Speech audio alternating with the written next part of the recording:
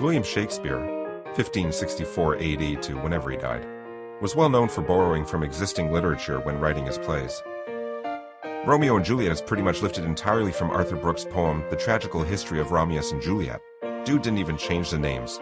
And as recent Shakespeare scholarship has established, the famed play William Shakespeare Presents Hamlet was lifted wholesale from the volume you are about to enjoy. To Be or Not to Be. To Be or Not to Be is both the earliest recorded example of the books as game genre, as well as the first instance ever in the then newish English language that was kicking around of an adventure being chosen by you, the reader. We've gone ahead and added illustrations, plus we've taken the liberty of marking with tiny York skulls the choices Shakespeare himself made when he plagiarized this book back in olden times. They're there in case you wish to put yourself in Shakespeare's shoes, reading this book as he did, stealing plot elements wholesale, and classing up the language as he/you went/go. However, that is not the only way to read this book. Feel free to explore your other options, as each time you read this book, you can go on a different adventure, assuming you don't read the book like 3 quadrillion times, at which point the adventures will start to repeat, and they'll probably seem pretty familiar long before then anyway. Now, take yourself back to history, when ghosts walked the earth and nobody knew velociraptors were even a thing. Steel yourself to experience the magic of Shakespeare as it was meant to be experienced, in a non-deterministic narrative structure where you end up thinking maybe you made a wrong decision, so you mark the pages you were just on, so you can always go back and make a different choice if you die for some dumb reason. To be or not to be, that is the adventure. Choose your character. Man, what if I just read the acknowledgements instead?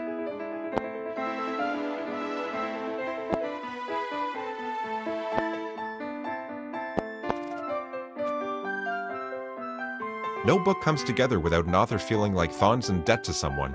Thanks to Metafilter for all the terrific advice on how to dispose of a body and not get caught. Spoiler alert, there are murders in this book.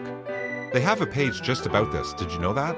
They're one of the top search results for how to dispose of a body.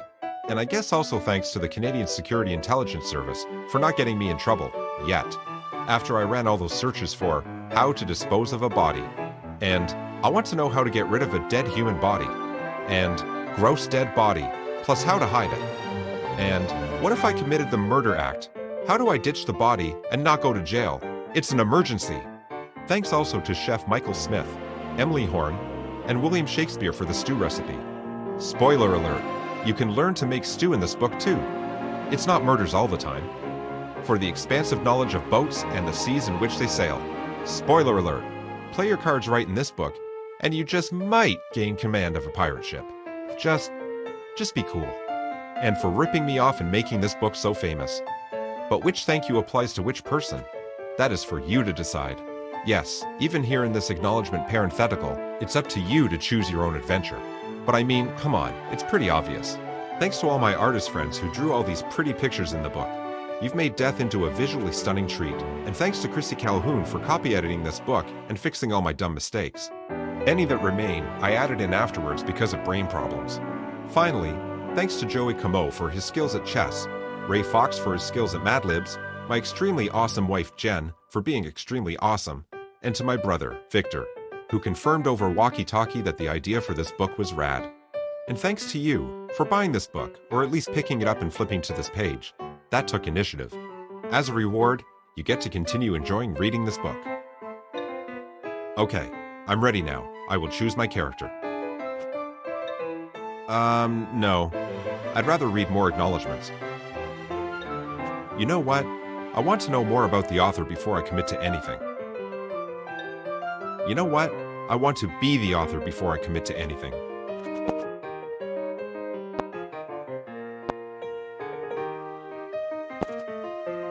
You have just been born. Congratulations, good work on that thing. Now, surprise! Babies are boring, so we're going to jump ahead in time to a point where you're an adult and you've already lived a bunch of your life. But I promise most of what we're skipping over was really dull.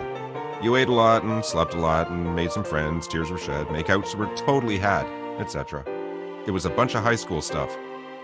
The awesome stuff starts now. So, let's begin, my friend. Remind me again who you are. Are you Ophelia? She's an awesome lady in her late 20s with a calm, competent, and resourceful demeanor. She's got a +1 bonus to science, but she's also got a -1 weakness against water, so heads up. Hamlet? He's an emo teen in his early 30s. Also, he's the Prince of Denmark. Hamlet has a +1 resistance to magic, but there's no magic in this adventure, so this never gets mentioned again as of right now. Hamlet Sr.? He's the King of Denmark, 50 years old. He's super good at fighting and leading men into battle and naps. Let's say +1 to each? Look, bottom line, he's an unstoppable machine of death, and should you choose to be him, you may experience kingly glory. Play as Ophelia. Play as Hamlet. Play as Hamlet Sr. You are Hamlet. You're 30 years old and you're back living at home, but it's okay, because your home is a castle. That's right, ladies. You're a prince. Things have been rough lately. You had been trying to focus on your studies at Wittenberg University, where you and your bros, Horatio, Rosencrantz, and Guildenstern, all hang out. But you were called home because your father died. Then, your dead dad's brother, Claudius, married your mom, Gertrude, 2 weeks later. Yep, it's made you kind of upset. You raced home to comfort her, but she's married your uncle, and that is weird. You feel weird. Right now, you're in the audience chamber of your father's castle, here in sunny Denmark. King Claudius is here, addressing his court. Laertes and Polonius are here too. Laertes is kind of a jerk, and Polonius is his father. Polonius is also the father of Ophelia, whom you're totally sweet on. She's not here though. Who knows what adventures she's having as we speak, while you're stuck in this drafty castle room listening to other people talk about their feelings. Speaking of speaking, just now Laertes says something about how now that Claudius is king and he's attended the coronation, is it okay for him to go back to France? Claudius says, sure. Wait a minute. You'd love to leave too and go back to school, away from this weird incesty thing your mother's gotten herself into. It's so gross and weird. Ask Claudius for permission to go back to school. Hold your tongue and just wait around.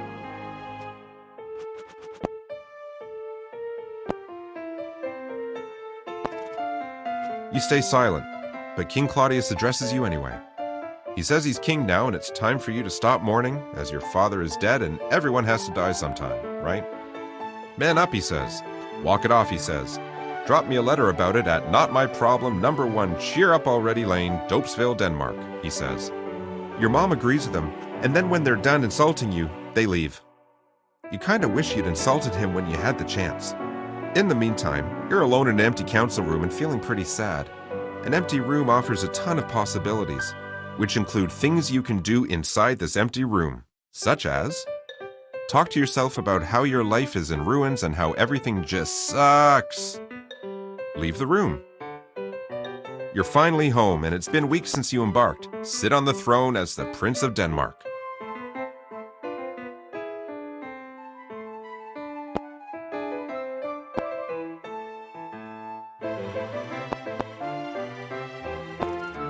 Okay, you talk out loud to the empty room, and what do you say? I'll tell you what you say. You say you wish your skin could literally melt off your body, revealing a skeleton that gives a double thumbs down before crumbling into dust. You say that you thought your mom really loved your dad, but now that she's married Claudius less than a month after dad's death, either love itself is fake, or she was faking love, and either way it doesn't matter because you've lost faith in your own mother.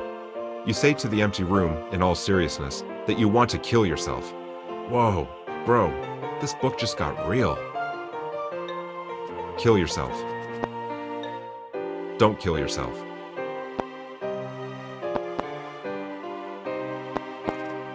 While you're busy doing that, your friend Horatio bumps into you and tells you, A, he's in town for your dad's funeral / mom's wedding, and they serve leftover appetizers from one at the other. B, ghosts are real. C, he's seen one and so have a bunch of other guys. D, it keeps showing up at the same time. E, he's pretty sure it's the ghost of your dad, and F, what the heck, are you killing yourself right now as I'm speaking? You are, aren't you? What the heck, bro? You are now a ghost. Haunt Horatio. See if you can find your ghost dad. It seems some time has passed since you killed yourself and became a ghost. Horatio, who was clean-shaven when you last saw him, now has a beard. He's at the castle talking to Ophelia. Apparently, she's invented a device of alcohol and glass that can measure the temperature of things. A sort of thermometer? She was always so good at stuff. She says she thinks they could be used in medicine. Anyway, neither Horatio nor Ophelia consents you. You go to Horatio's house and throw some pots and pans around. It's pretty spooky, but nobody's home right now, so it's also pretty futile. You continue the style of annoying haunting for several hundred generations of Horatios. Generation after generation, never leaving their houses, never learning of anything else going on in the world until Earth is baked to a crisp by an ever-expanding sun shortly before it consumes the planet entirely. It's a pretty frustrating way to end your story, but it's also pretty frustrating to only be able to communicate through the not-so-universal language of throwing pots and pans, so you're used to it. The end.